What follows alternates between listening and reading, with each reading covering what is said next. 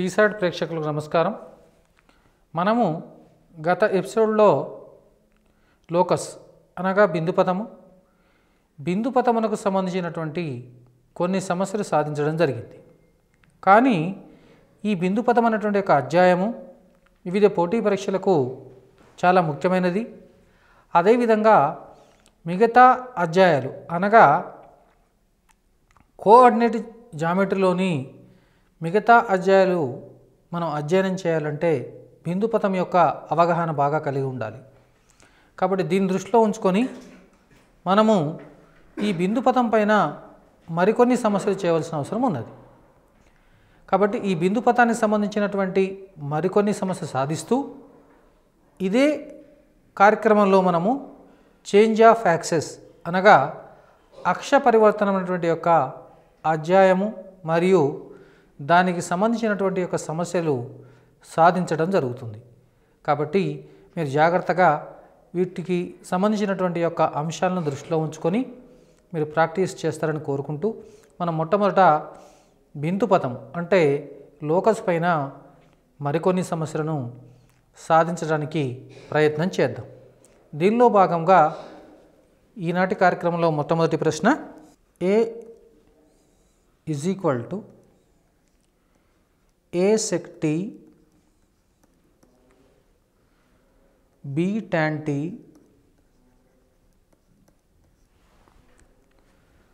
మరియు B = -A tan t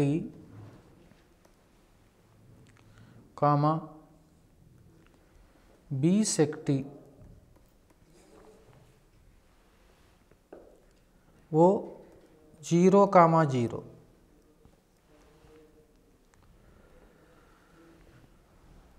t పరామితి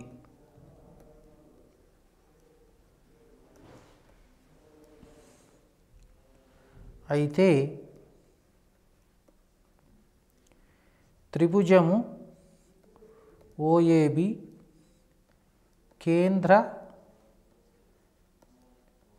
భాసము యొక్క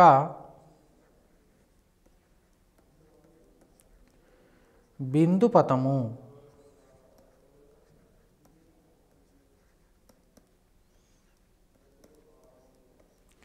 ఇది సమస్య. ఒకసారి మనము సమస్యను పరిశీలిద్దాము.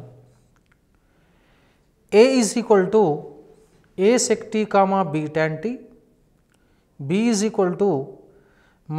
-A tan t, B sec t. మూల బిందువు 0, 0. t పరామితి అయితే త్రిభుజం OAB కేంద్ర భాసం యొక్క బిందుపథము అంటే the locus of centroid of triangle OAB where A, B and O coordinates are given. So మనం దీన్ని ఎలా కనుక్కోవాలో ఒకసారి మనం చర్చించుకుందాం.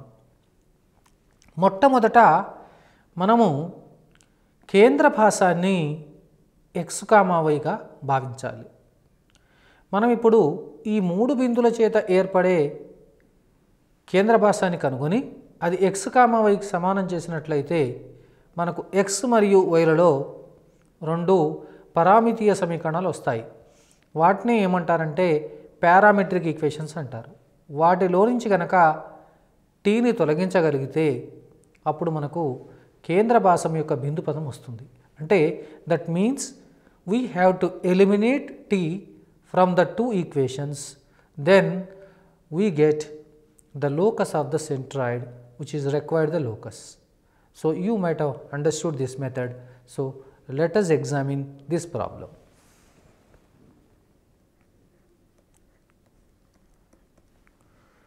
కేంద్ర భాసము x, y అనుకొనుము. మనకిచ్చట కేంద్ర భాసము A sec t -A tan t plus 0/3 comma b tan t plus b sec t plus 0/3 is equal to x, y. ఇప్పుడు మీరు గమనించినట్లయితే ఈ విలువ xకు సమానం అవుతుంది, ఈ విలువ yకి సమానం అవుతుంది. ఈ విధంగా సమానం చేయడం ద్వారా మనకు a of sec t minus tan t is equal to x వస్తుంది. అప్పుడు sec t minus tan t is equal to x/a. అంటే దీన్నే మనము ఈ విధంగా కూడా రాయొచ్చు. ఇది 3x అవుతుంది, 3x/a. ఇది ఈక్వేషన్ 1. అదేవిధంగా b కామన్ తీస్తే sec t plus tan t is equal to 3y. sec t plus tan t is equal to 3y/b. ఇప్పుడు చాలా సింపుల్ అండి. ఇది ఒక త్రికోణమితీయ ప్రశ్నలాగా మారిపోయింది. ఇప్పుడు మనము ఈ 1, 2ల నుంచి ఏ విధంగా మనము టీని తొలగించాలి? చాలా సింపుల్ అండి. ఇప్పుడు if you multiply 1 and 2 we get the element, that is the answer. చూద్దాం. 1 into 2 చేయగా అంటే ఇప్పుడు మనము sec t minus tan t into sec t plus tan t చేస్తే మనకు తెలుసు secant square t minus tan square t వస్తుంది. గమనించారా? ఈజ్ ఈక్వల్ టు ఇప్పుడు 3x/aను 3y/b చేత గుణకారం చేయాలి. ఎంత వస్తుందండి? అది 9xy/ab వస్తుంది. మనకు తెలుసు త్రికోణమితీయ సర్వసమానత ప్రకారం దీని విలువ 1, అనగా 9xy/ab ఈజ్ ఈక్వల్ టు 1. దీన్ని అడ్డగుణకారం చేసినట్లయితే 9xy is equal to ab. So ఇదే మనకు కావలసినటువంటి బిందుపథ సమీకరణం. మీకు బహుశా ఇది అర్థమైందని అనుకుంటాను. ఇప్పుడు మనము మరొక ప్రశ్నను గమనిద్దాం. L యూనిట్ల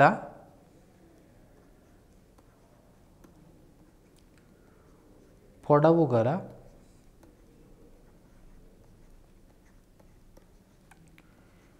AB అనే రేఖాఖండము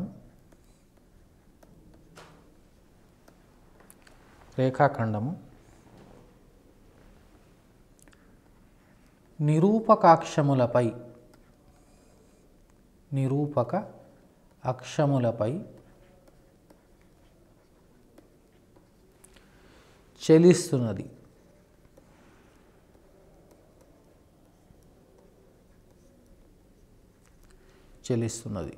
ఆ రేఖాఖండమును P అనే బిందువు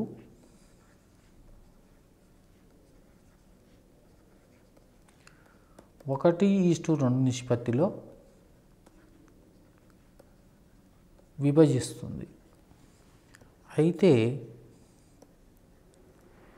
P యొక్క బిందుపథము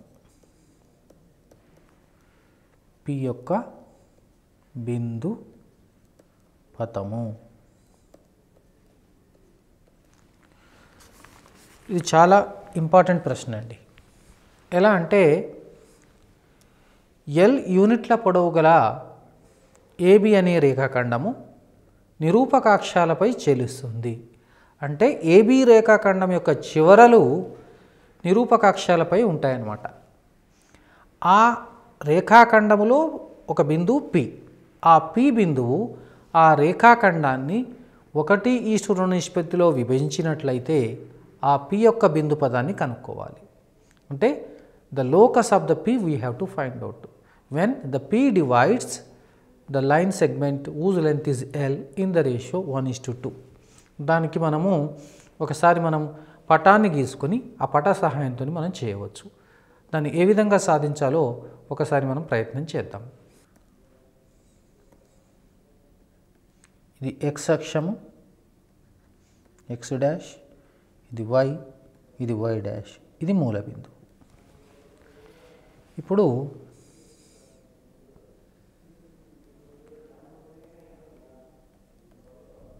ఇది రేఖాఖండము, ఇది ఏ దగ్గర, ఇది బి దగ్గర. ఏబి సో ఈ విధంగా మూవ్ అవుతుంది, ఇటువైపు ఇటువైపు. సాధారణంగా దీన్ని a,0 అనుకోండి, దీన్ని 0,b అనుకోండి. ఇక్కడ p అనే బిందువు 1:2 నిష్పత్తిలో విభజిస్తుంది. దీన్ని మనం ఇలా చేద్దాం. p = x, y అనుకొనుము.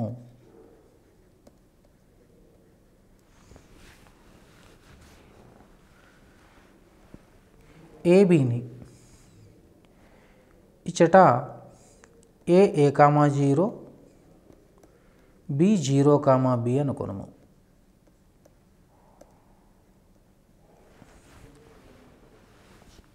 తర్వాత a,0ను ఈ 0,bని p అనే బిందువు 1:2 నిష్పత్తిలో విభజిస్తుంది. కాబట్టి దీన్ని 2 చేత, దీన్ని 1 చేత గుణకారం చేయండి. Short cut 2a, 0, 0, b. ఇప్పుడు ఈ p బిందువు నిరూపకాలు 2a/3 అవుతుంది, b/3 అవుతుంది. కానీ దత్తాంశ ప్రకారం అంటే according to the problem this is x, y. So ఇప్పుడు మనము ఏని x పదాల్లో రాయొచ్చు, బిని y పదాల్లో రాయొచ్చు. That means we can express the value of a in terms of x, the value of b we can express in terms of y. So let us see how can it be expressed. అంటే if you equate like this, చూడండి ఏ విధంగా రాయవచ్చు. a = 3x/2 whereas b = 3y. ఇలా రాయటం వల్ల మనకు లాభం ఏంటి అంటే, ఒకసారి గమనించినట్లయితే ఈ త్రిభుజము లంబకోణ త్రిభుజం. లంబకోణ త్రిభుజంలో పైథాగరస్ సిద్ధాంతాన్ని మనం అప్లై చేయవచ్చు. That means we can apply the Pythagoras theorem. So what does the Pythagoras theorem state in this case? So that means here OA square plus OB square is equal to AB square. OA is nothing but A, OB is nothing but B, this AB is length L. అంటే ఇప్పుడు మనకు సంబంధం ఎలా వస్తుందంటే A square plus B square is equal to L square. ఇప్పుడు మనం A విలువను B విలువను ప్రతిక్షేపించాలి. ప్రతిక్షేపిస్తే చూడండి మనకప్పుడు ఏ విధంగా వస్తుందంటే 9x² / 4 + 9y² = L². దీన్ని 4తో మల్టిప్లై చేయండి. అప్పుడు 9x² + 36y² = 4L². So this is the answer. So ఈ విధంగా మనం చేయవచ్చు. √(x - 2) whole square plus y² plus √(x + 2) whole square plus y² is equal to 4 అనే సమీకరణము సూచించేది. సూచించేది. ఏ వృత్తము, B పరావలయము,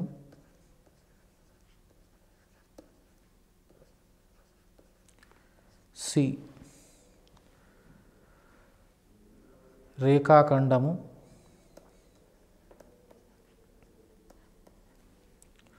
D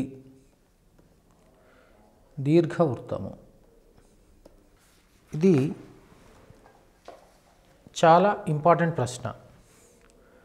what does the given equation represents? ఇచ్చినటువంటి సమీకరణము దేన్ని సూచిస్తుంది? Circle, parabola, line segment or ellipse?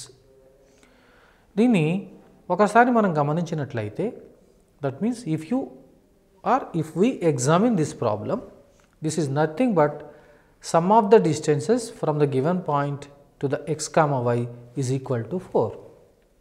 Suppose P be the point x comma y, P అనేది గనక x comma y అనే పాయింట్ అయినట్లయితే A, B are the given points. So it resembles to be ఏ విధంగా కనిపిస్తుందంటే PA plus PB is equal to 4 లాగా ఉంది. అంటే PA plus PB is equal to 4 అయినప్పుడు మనకు అది దేన్ని సూచిస్తుందో ఒకసారి మనం పరిశీలిద్దాం. ఇచ్చట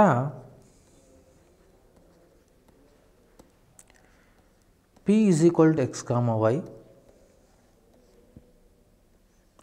అనుకోనము. A is equal to 2, 0. B is equal to minus 2, 0. ఒకసారి ఆలోచించండి. పిఏ అంటే పి నుండి ఏ బిందువు గల దూరం. అదేమిటి? √(x - 2) ప్లస్ y స్క్వేరే కదండి.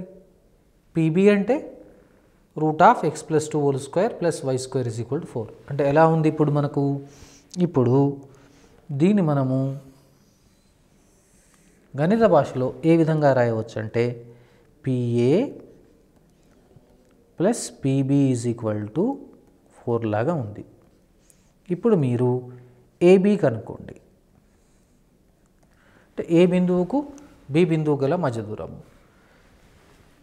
దాన్ని మనము mod of -2 - 2 అంటే 4. అంటే ఇచ్చట మనం ఏం గమనించవచ్చు? PA plus PB is equal to AB వచ్చింది. ఇప్పుడు దీన్ని బట్టి మనము అది వృత్తమా, పరావలయమా, నెక్స్ట్ దాన్ని డిసైడ్ చేయాలి. ఒకసారి గమనించండి. ఇప్పుడు పిఏ ప్లస్ పిబి గనక ఏబి అయినట్లయితే అది రేఖాఖండాన్ని సూచిస్తుంది. కాబట్టి దేర్ఫోర్ ఇది లైన్ సెగ్మెంట్, రేఖాఖండము. ఇప్పుడు మనం దీన్ని సూత్రీకరణ చేద్దాం. పిఏ ప్లస్ పిబి విలువ కే అనుకుందాం. ఇక్కడ కండిషన్, ఫస్ట్ కండిషన్ కే అనేది ఏబి కన్నా పెద్దగా అయితే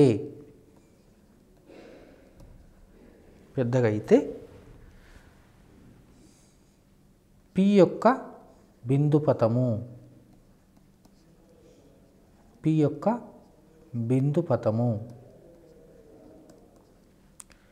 దీర్ఘవృత్తము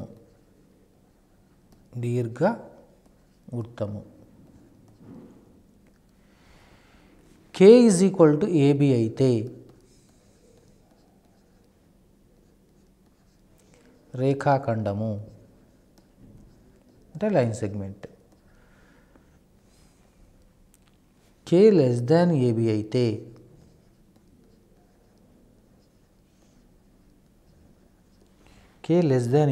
ఏబి అయితే బిందుపథం వ్యవస్థితము కాదు.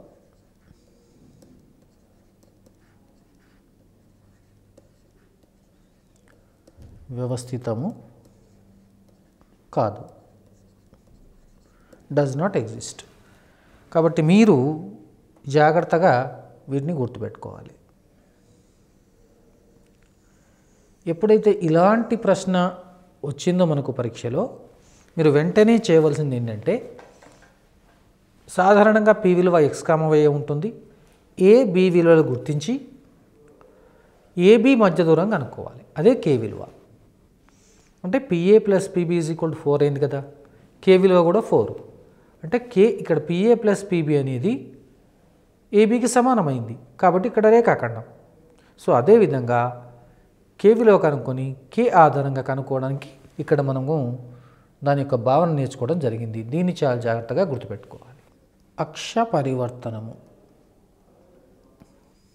ఒకటి, సమాంతర అక్ష పరివర్తనము, ట్రాన్స్లేషన్ ఆఫ్ యాక్సిస్, భ్రమణ పరివర్తనము,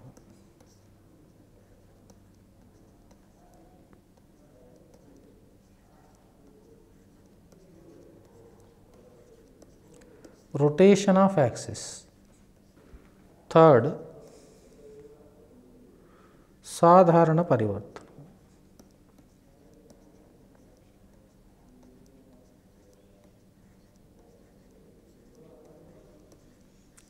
నార్మల్ ట్రాన్స్ఫర్మేషన్. అంటే అక్ష పరివర్తనము 3 రకాలుగా ఉంటుందండి. ఒకటి సమాంతర అక్ష పరివర్తనము, రెండవది భ్రమణ పరివర్తనము, మూడవది సాధారణ పరివర్తనము. అసలు నిర్వచనాలు అనేవి మనకంత ముఖ్యమైనవి కావు పోటీ పరీక్షలు. అయినప్పటికీ వాటి గురించి బ్రీఫ్గా మనము డిస్కస్ చేద్దాము. ఇప్పుడు ఒకసారి సమాంతర అక్ష పరివర్తనం అనగానేమి, అంటే ట్రాన్స్లేషన్ ఆఫ్ యాక్సిస్ అంటే ఏంటి? అంటే మూల బిందువును మార్చి అక్షాల దిశలను మార్చకుండా మనము నూతన అక్షాలను కనుక ఏర్పాటు చేసినట్లయితే దానిని సమాంతర అక్ష పరివర్తనం అంటారు.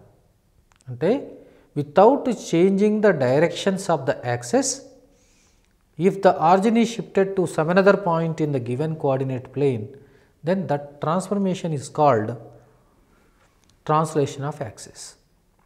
ఇక భ్రమణ పరివర్తనానికి విషయానికి వచ్చినప్పుడు మూల బిందువును మార్చకుండా అక్షాలను మనం కొంత కోణంతో భ్రమణము చేయడం ద్వారా వచ్చినటువంటి నూతన అక్షాలను దాన్నే భ్రమణ పరివర్తనము అంటారు.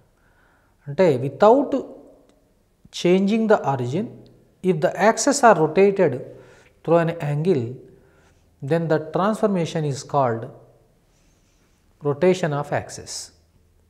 Otherwise, if translation of axis is followed by rotation of axis, or rotation of axis is followed by the translation of axis, then that type of transformation is called normal transformation. అంటే సమాంతర అక్ష పరివర్తనము చేసి భ్రమణ పరివర్తనం చేసిన, భ్రమణ పరివర్తనం చేసి సమాంతర అక్ష పరివర్తనం చేసిన దానిని సాధారణ పరివర్తనం అని అంటారు. అసలు అక్ష పరివర్తనం ఎందుకు చేయాలి అనే భావన వచ్చిందనుకోండి. మనము బిందు పదం నేర్చుకునేటప్పుడు బిందు పదంలో సాధారణంగా మీరు గమనించి ఉంటారు, బిందు పదం యొక్క ఏదైనా ఒక వక్రమును యొక్క సమీకరణము జామితీయంగా దాన్ని, అంటే దట్ మీన్స్ ఆల్జీబ్రిక్ ఈక్వేషన్ ఫామ్లో ఏ విధంగా రాస్తాం బీజగణిత రూపంలో అంటే అది సాధారణంగా ఈ రూపంలో ఉంటుంది. ax² plus 2hxy plus by² plus 2gx plus 2fy plus c is equal to 0. దీన్ని ఎస్ అనే అక్షరంతో సూచిస్తాం. ఈ రూపంలో ఉంటుంది. మరి ఇది ఏదైనా ఒక వక్రాన్ని సూచించడానికి అవకాశం ఉంది. ఎలా? ఇది ఒక వృత్తాన్ని సూచించవచ్చు, లేకపోతే ఒక దీర్ఘవృత్తాన్ని సూచించవచ్చు, లేకపోతే 2 రేఖలను సూచించవచ్చు ఈ విధంగా, లేకపోతే పరావలయాన్ని సూచించవచ్చు, లేకపోతే అతి పరావలయాన్ని సూచించవచ్చు. మరి ఈ వృత్తం విషయంలో కానీ, దీర్ఘవృత్తము కానీ, లేకపోతే సరళరేఖా యుగ్మము కానీ, పరావలయము కానీ, అతి పరావలయం కానీ, వీటి యొక్క ధర్మాలను అంటే వీటి యొక్క ధర్మాలను అధ్యయనం చేయాలంటే ఈ సమీకరణం యొక్క సాధారణ రూపం ఉంటే చాలా కష్టం. దానిని మనము సూక్ష్మ రూపంలోకి మార్చుకోవాలి. అంటే ఏ రూపంలోకి మార్చుకోవాలి దీన్ని? ax² plus 2hxy plus by² 0 రూపంలోకి మార్చాలి. అంటే మీరు గమనిస్తున్నారు, అంటే దాంట్లో ఈ x పదాన్ని y పదాన్ని కొన్నిసార్లు స్థిర పదాన్ని కూడా తొలగించాల్సిన అవసరం ఉంటుంది. కొన్నిసార్లు ఈ పదాన్ని కూడా తొలగించవలసిన అవసరం ఉంటుంది. మరి అటువంటి సందర్భంలో మనము అక్ష పరివర్తనము చేయటం వల్ల ఆ వక్ర సమీకరణం యొక్క లక్షణాలు మారకుండా సూక్ష్మ రూపంలో రాయడానికి that can be put in the simplest form. So that's why we adopt this change of axis. అందు గురించి మనం అక్ష పరివర్తనాన్ని ఉపయోగిస్తాం. వక్రాల యొక్క స్వభావాన్ని, the nature of the curves మనము డిస్కస్ చేయడానికి మనం చేంజ్ ఆఫ్ యాక్సిస్ యూజ్ చేస్తాం. కాబట్టి ఇప్పుడు మనము సమాంతర అక్ష పరివర్తనం అంటే ఏమిటి, దానికి సంబంధించినటువంటి కొన్ని సూత్రాలు మనం జ్ఞప్తి తెచ్చుకొని దానికి సంబంధించిన సమస్యలు సాధిస్తూ మనము వక్ర సమీకరణాలని, ద ఈక్వేషన్ ఆఫ్ ద కర్వ్స్ను ఏ విధంగా మారుస్తామో దానిపైన మనము సమస్యలు చేయడానికి ఒకసారి మనం ప్రయత్నం చేద్దాం. మూల బిందువును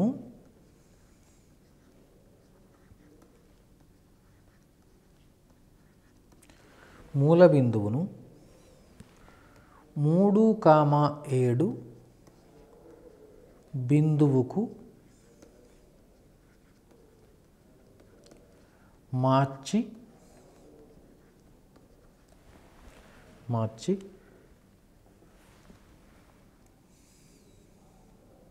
అక్ష పరివర్తనము చేయగా కొత్త వ్యవస్థలో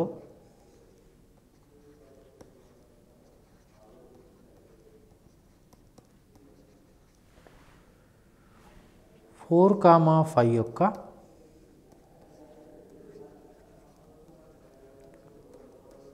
నిరూపకాలు.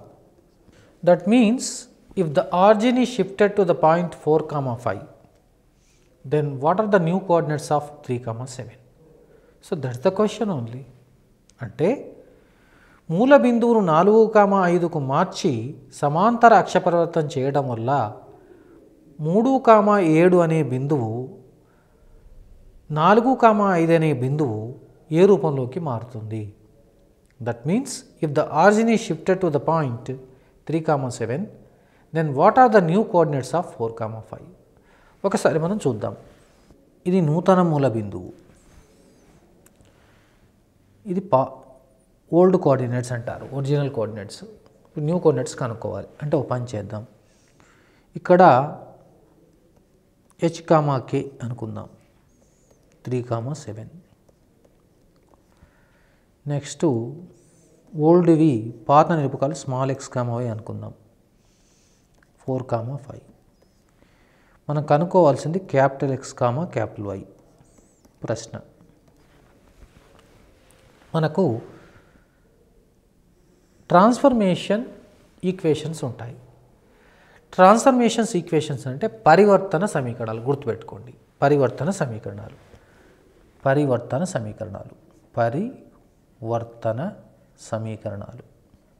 Small x is equal to capital X plus H. Small y is equal to capital Y plus K. ఇక్కడ ప్రతిక్షేపించండి. 4 is equal to capital X plus 3. 5 capital Y plus 7. Capital X is equal to 1, capital Y is equal to -2. అంటే ఇక్కడ ఏ విధంగా మారుతుంది? Capital X comma capital Y is equal 1 comma -2. ఇది ఒక పద్ధతి. దీన్ని మనము చాలా సులభ పద్ధతిలో చేయొచ్చండి. ఎలా అంటే ఇప్పుడు దీన్ని మీరు మూల బిందు నిరూపకాలు అనుకోండి. అంటే 3,7. ఇప్పుడు దీన్ని పాత నిరూపకాలు పాని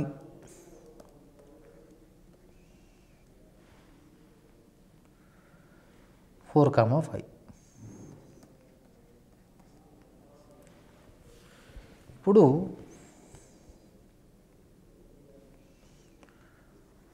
పాని ఈజ్ ఈక్వల్ టు కోని కొత్త నిరూపకాలు ప్లస్ మూల బిందు నిరూపకాలు. అంటే మీరు దీన్ని మనము ఒక వాక్యం ద్వారా గుర్తుపెట్టుకోవచ్చండి. ఎలా అంటే మీరు వేరే విధంగా భావించొద్దండి. దీన్ని గుర్తుపెట్టుకోవడానికి మీకు ఒక షార్ట్ కట్ చెప్తాను. దాన్ని టిప్స్ అంటారండి. ఎలా గుర్తుపెట్టుకోవచ్చు అంటే పానీని కొని మూలకు నింపండి. పానీని కొని మూలకు నింపండి. అంటే పాత నిరూపకములు ఈజ్ ఈక్వల్ టు కొత్త నిరూపకములు ప్లస్ మూల బిందు నిరూపకములు. అర్థమైందండి? ఇప్పుడు మనకు కావాల్సింది కొత్త బిందు నిరూపకాలు కాబట్టి పాని మైనస్ మూని. అంటే ఇక్కడ 4,5లో నుండి 3,7 తీసేయాలి. అంటే చూడండి ఎంత వస్తుందో 1,-2. ఒకసారి రెండు ఆన్సర్లు పరిశీలించండి. ఎస్, ఈ రెండు కరెక్ట్. మూల బిందువును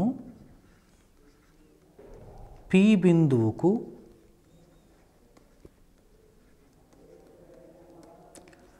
మార్చి సమాంతర అక్ష పరివర్తనము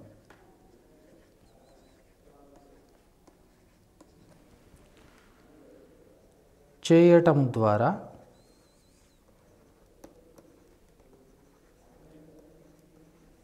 చేయటం ద్వారా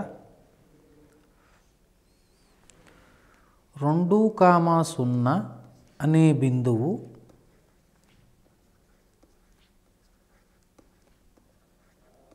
అనే బిందువు 0,4 రూపములోకి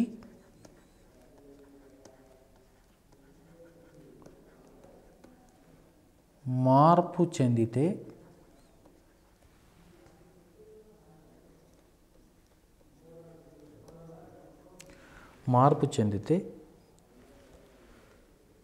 పి యొక్క నిరూపకాలు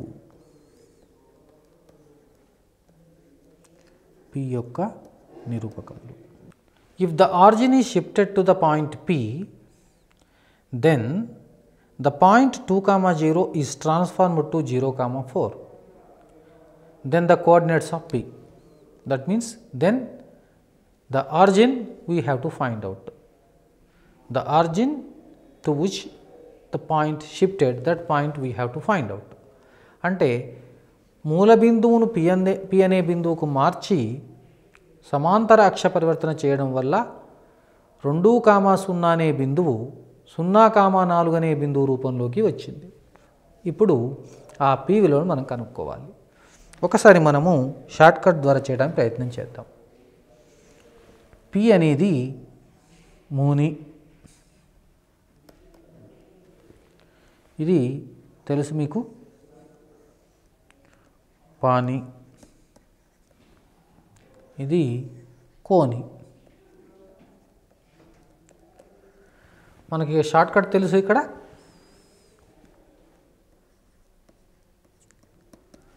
పానీని కొని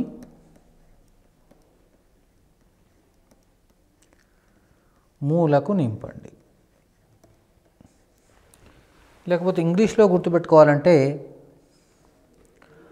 organic chemistry is not numerical chemistry, it has big origin. Organic chemistry is not numerical chemistry, it has big origin. అంటే ఏం లేదండి, old coordinates is equal new coordinates plus origin. ఇప్పుడు మనకు 2, 0 is equal to 0, 4 plus P. మనకు కావాల్సింది P కాబట్టి 2, 0 minus 0, 4 2, -4. So ఈ విధంగా మనకు జవాబు వస్తుంది. మూల బిందువును 5, -2కు మార్చి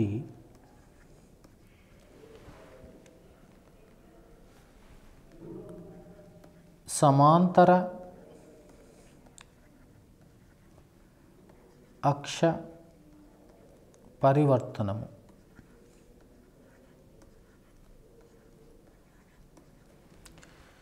చెందిస్తే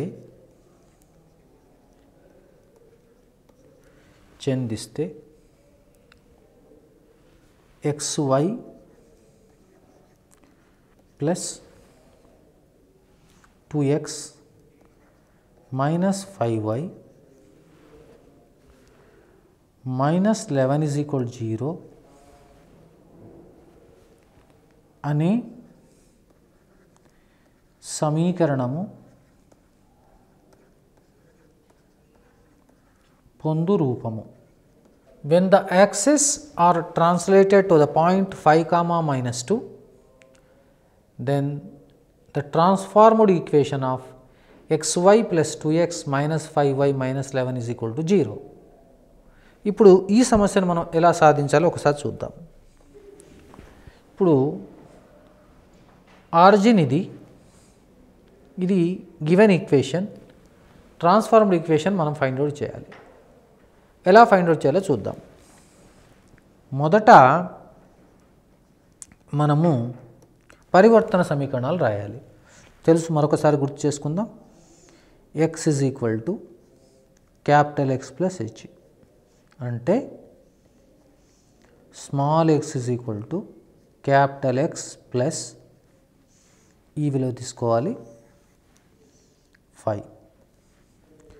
small y is equal to capital Y plus k, capital Y minus 2. అంటే మనం కనుక్కోవాల్సింది ఏంటంటే f of capital X plus h minus capital Y plus k is equal to 0. దీన్నే ట్రాన్స్ఫార్మ్డ్ ఈక్వేషన్ అంటారు. ట్రాన్స్ఫార్మ్డ్ ఈక్వేషన్ పరివర్తన సమీకరణం.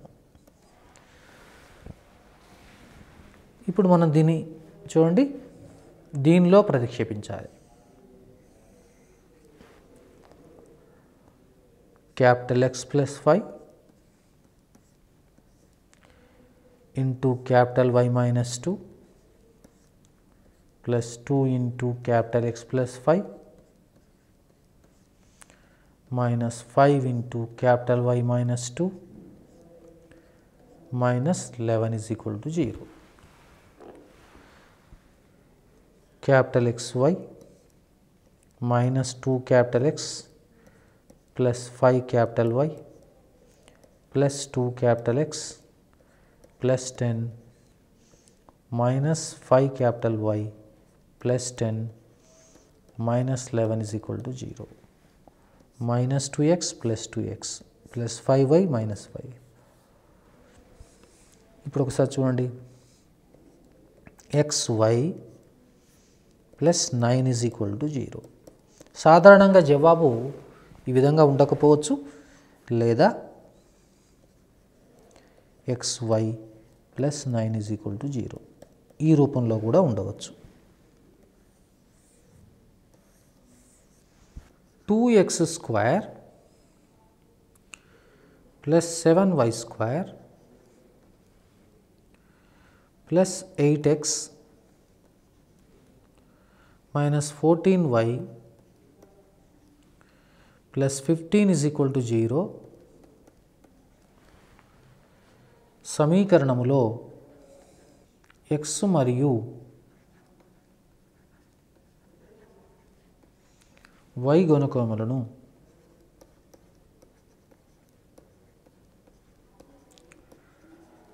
తొలగించుటకు మార్చవలసిన మూలబిందువు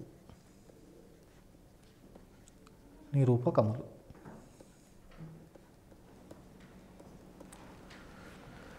To which point the origin is to be shifted so as to eliminate the first degree terms of 2x square plus 7y square plus 8x minus 14y plus 15 is equal to 0. Okay, let's have a discussion. This problem can be solved in actually 3 ways. The one is we can adopt calculus method or algebraic method, otherwise formula method we have. So that means let us solve in 2 ways. One is formula method, other one is calculus method. First let us concentrate on calculus method. Calculus method first చూద్దాం. ఇచ్చినటువంటి సమీకరణాన్ని s అనుకోండి. So s is equal to 2x square plus 7y square plus 8x minus 14y plus 15. ఇప్పుడు దీన్ని ఇరువైపులా x దృష్ట్యా పాక్షిక అవకలనం చేయండి. That means differentiate both sides with respect to x partially. So that means dou s by dou x is equal to dou s by dou x. అంటే అర్థం ఏంటి? ఇక్కడ x మాత్రమే చరరాశి అవుతుంది, y స్థిర పదాలు స్థిరంగా తీసుకోవాలి. అంటే ఇక్కడ చూడండి x స్క్వేర్ 2x కాబట్టి 4x 0 8 minus 0 0 అంటే 4x plus 8 అవుతుంది. సిమిలర్లీ అంటే ఇదే విధంగా do s by do y with respect to y 0 14y 0 minus 14 plus 0 అంటే 14y minus 14. వెరీ సింపుల్ అండి. ఇప్పుడు మీరు do s by do x 0 చేయండి. అంటే గమనించండి 4x plus 8 is equal to 0. అంటే x ఈజ్ ఈక్వల్ టు మీరు -2 అని గమనిస్తారు. Do s by do y is equal to 0. అంటే మీరేం గమనించారు ఇక్కడ 14y minus 14 is equal to 0. అంటే y ఈజ్ ఈక్వల్ టు 1. మార్పు చేయవలసినటువంటి యొక్క మూల బిందువు నిరూపకాలు అంటే న్యూ ఆరిజిన్ మూల బిందువు నిరూపకాలు ఈజ్ ఈక్వల్ టు -2, 1 అండి. మరొక పద్ధతి, రెండవ పద్ధతి చూద్దాం. సెకండ్ మెథడ్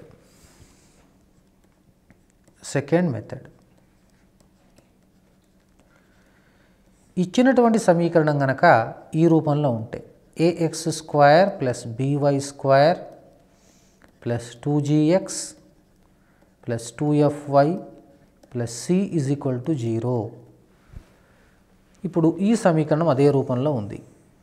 అప్పుడు మార్పు చేయవలసిన మూల బిందువు నిరూపకాలు new origin is equal to -g/a, -f/b. ఈ సూత్రాన్ని గుర్తుపెట్టుకోండి. అంటే చూడండి ఇక్కడ a అంటే 2, b అంటే 7, 2g అంటే 8 కాబట్టి g 4, 2f అంటే -14 కాబట్టి f -7. ఇప్పుడు మనం ప్రతిక్షేపిస్తే చూడండి -4/2 -7/7. ఆన్సర్ ఎంతో ఊహించగలరు కదండి, -2, 1. ఈ విధంగా మనము సులభ పద్ధతిలో సమస్యను మనం సాధించవచ్చు. మనం ఇంతవరకు బిందు పదం సంబంధించినటువంటి కొన్ని సమస్యలు, అదేవిధంగా అక్ష పరివర్తనం అంటే చేంజ్ ఆఫ్ యాక్సిస్. ఈ చేంజ్ ఆఫ్ యాక్సిస్ అక్ష పరివర్తనలో ఉన్నటువంటి ఒక రకాల గురించి నేర్చుకున్నాము. వాటిపైన మనము కొన్ని సమస్యలు మనం సాధించడానికి ప్రయత్నం చేశాము. తిరిగి దీనిపైన మరికొన్ని సమస్యలు మనం సాధించవలసిన అవసరం ఉన్నది. కాబట్టి వచ్చే కార్యక్రమంలో అక్ష పరివర్తనకు సంబంధించినటువంటి మరికొన్ని అడిషనల్ ప్రాబ్లమ్స్ చేయడానికి ప్రయత్నం చేద్దాము. అంతవరకు సెలవు.